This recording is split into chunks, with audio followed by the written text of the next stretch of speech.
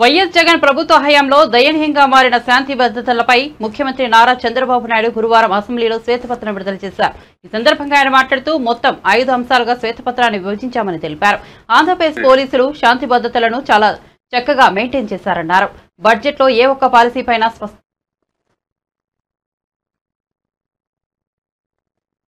Reserve అటవీ ప్రాంతంలో అక్రమ సంవత్సరాలుగా మీ జీవితంలో మీరు ప్రవర్తించిన తీరు, మీ నడవడిక, అలాంటి వ్యక్తిపైన కేసులు పెట్టే పరిస్థితికి వచ్చారు.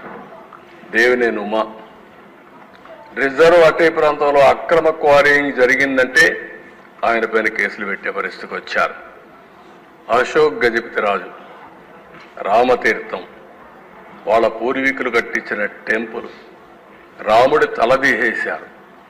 ఇదేం అన్యాయం అని వస్తే ఆయన మీద కేసు పెడతారు.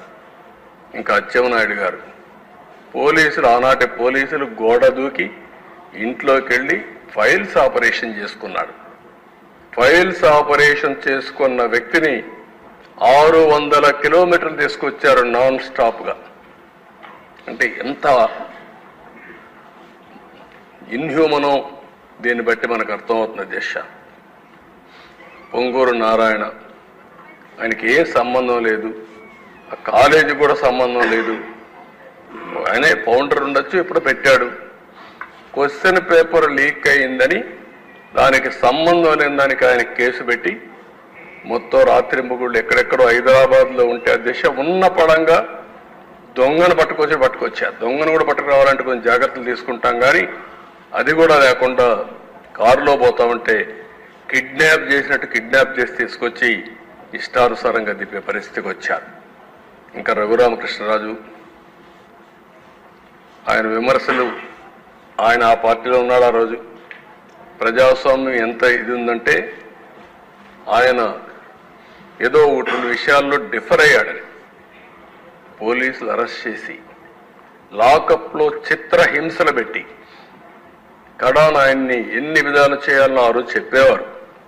అదే చూడాలి, అవన్నీ కన్ఫర్మేషన్ రావాలి. కానీ ఆయన లాకప్లో పెట్టి కొడతా ఉంటే ఆనాటి ముఖ్యమంత్రి ఆ ఫోటోలో చూసి, వీడియో చూసి పైశాచిక ఆనందం పొందారంటే ఇంకేమన్నా అధ్యక్షతని, ఏం మనుషులు వీళ్ళు అంటే. ఒక ఎంపీని తర్వాత ఏదో ఆ రోజు సుప్రీంకోర్టు ఏదో ఆర్డర్ వచ్చింది, హైదరాబాద్లో మిలిటరీ హాస్పిటల్ పంపించారు, వాళ్ళు కూడా ప్రూవ్ చేశారు.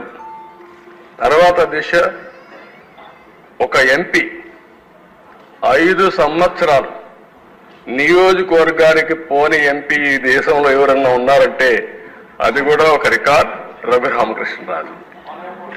ఎవరు ఉండరు అధ్యక్ష. అంటే ఒక ఎంపీకి సొంత నియోజకవర్గంలో కూడా సెక్యూరిటీ లేదు, వెళ్ళలేడు. ప్రధానమంత్రి వచ్చాడు అధ్యక్ష. ఆయన పాప హైదరాబాద్ నుంచి రావడానికి ఆ రోజు ట్రైన్లో బయలుదేరాడు.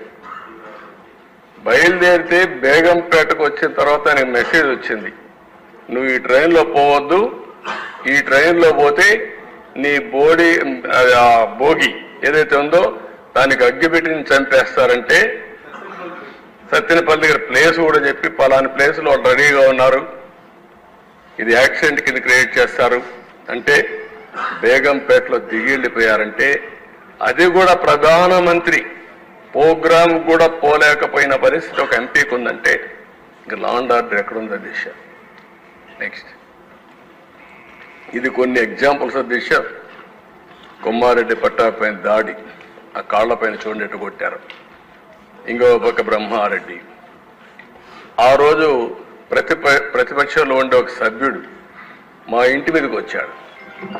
ఎక్స్ప్లెనేషన్ ఏంటి దిశ, నా అపాయింట్మెంట్ కోసం కర్రలు వేసుకొని వచ్చాడంట. అంటే ఎంత అసమర్థం కాదు. నేను ప్రతిపక్ష నాయకుడిని, నువ్వు ఒక వేరే పార్టీ ఇది, మా ఇంటికి నువ్వు ఎందుకు రావాలి? వస్తే ముందు నాకు చెప్పాలి, నా పర్మిషన్ తీసుకోవాలి. కనీసం చెప్పకుండా వచ్చి ఇది చేస్తే ఆనాటి డీజీపీ ఒక మాట అంటాడు దిశ, నేను అమరావతికి వస్తామంటే నా మీద చెప్పులు రాళ్లతో దాడి చేశారు. ఆయన స్టేట్మెంట్ ఇస్తాడు డీజీపీ, ప్రజాస్వామ్యంలో ప్రజలకు కోపం వచ్చినప్పుడు భావ స్వేచ్ఛ ఉందని ఒక స్టేట్మెంట్ ఇస్తారు డీజీపీ. అదే మరి దీనిపైన కూడా వాళ్ళు స్టేట్మెంట్ ఇచ్చే పరిస్థితికి వచ్చారు. మొన్నే పుంగనూరులో రామచంద్ర యాదవ్